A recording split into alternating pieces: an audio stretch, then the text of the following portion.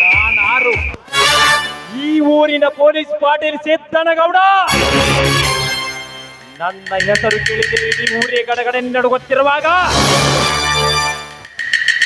After all ಒಬ್ಬ ಬಡಾಧಿಕಾರಿ ಆ ಬಲರಾಮನ ಬೆಂಬಲಿನಿಂದ ನನ್ನನ್ನು ಚುನಾವಣೆಯಲ್ಲಿ ಸೋಲಿಸಿದಾನೆ ಅಂದ್ರೆ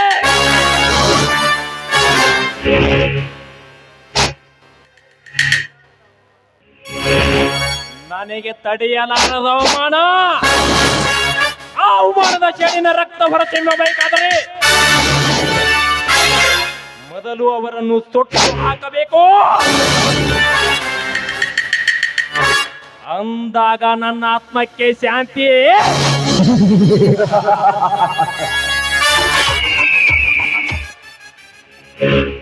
ಆ ಅವಮಾನದ ಚೇಡಿನ ರಕ್ತ ಹೊರಚಿಮ್ಮಬೇಕು. ನನ್ನ ಜಮೀನಿನಲ್ಲಿ ಪ್ಲಾಟ್ ಮಾಡಿ ಮನೆ ಕಟ್ಟಿಸಿಕೊಂಡ್ರ ಆ ಸೋಳೆ ಮಕ್ಕಳ ಮನೆ ಕಡಿಮೆ. ಅದರಲ್ಲಿ ಅವರನ್ನು ಸುಟ್ಟು ಹಾಕಿ ಆ ಬೂದಿಯನ್ನು ನನ್ನ ಹಣೆಗೆ ಹಚ್ಚಿಕೊಳ್ಳದೆ ಹೋದ್ರೆ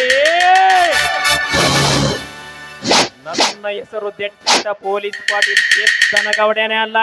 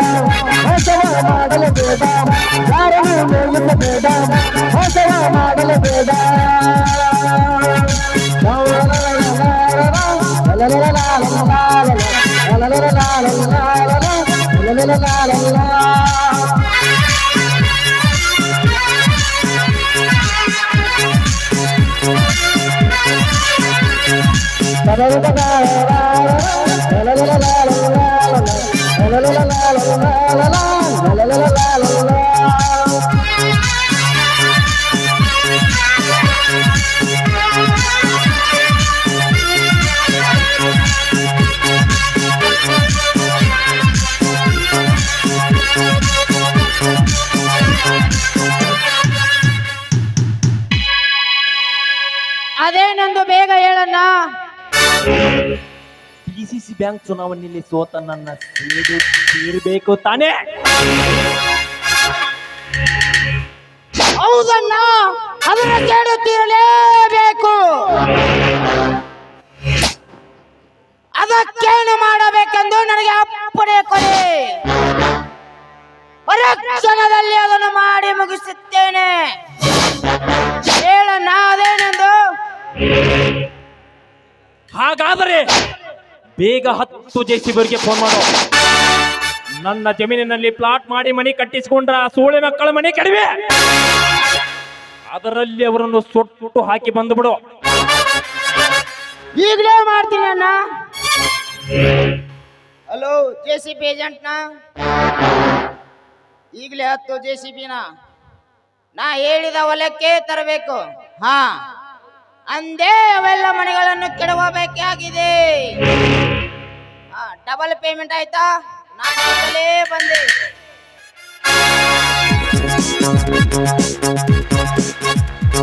ಗೌಡ್ರಿ, ಇದೊಂದು ದೊಡ್ಡ ಕೆಲಸನೇ ಮಾಡಿಬಿಟ್ರಿ.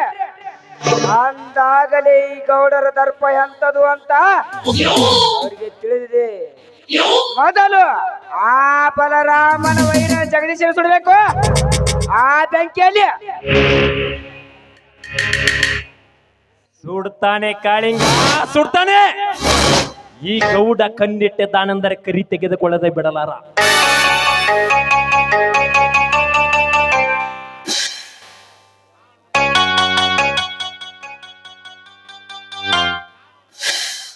ನಾನು ನನ್ನ ಇಡೀ ಜನ ಸಂಪತ್ತು ಬಿಡಬಹುದು, ಆದರೆ ನನ್ನ ಹಿಡಿದ ಹಠ ಬಿಡಲಾರೆ. ನಾನು ಕೌರವ ದುರ್ಯೋಧನ ಇದ್ದಾಗೆ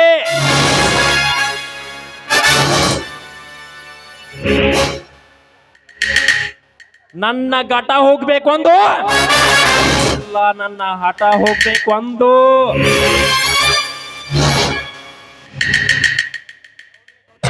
ಗೌಡ್ರೆ ಗಾತಾಯ್ತು.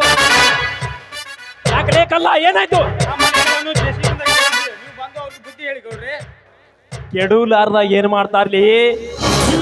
ಧನಿಕರಾದ ನನ್ನನ್ನು ಚುನಾವಣೆಯಲ್ಲಿ ಸೋಲಿಸಿದಾನಂದ್ರೆ ಅವರನ್ನು ಸುಮ್ಮನೆ ಬಿಡ್ಬೇಕಾ? ಅವರ ಜೊತೆ ನಿನ್ನನ್ನು ಅಮ್ಮ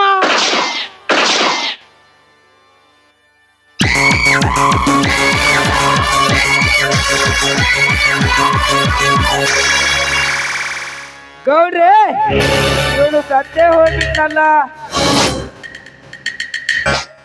ಇವನ್ ಅಷ್ಟೇಕೆ ಕಾಳಿಂಗ, ಅಲ್ಲಿಗೆ ಹೋಗಿ ಅವ್ರನ್ನೂ ಸಾಯಿಸ್ತೀನಿ.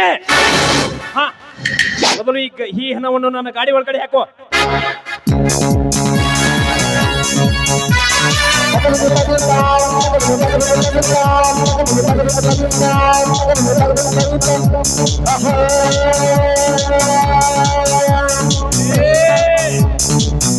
ಕಗ್ಗೊಲೆ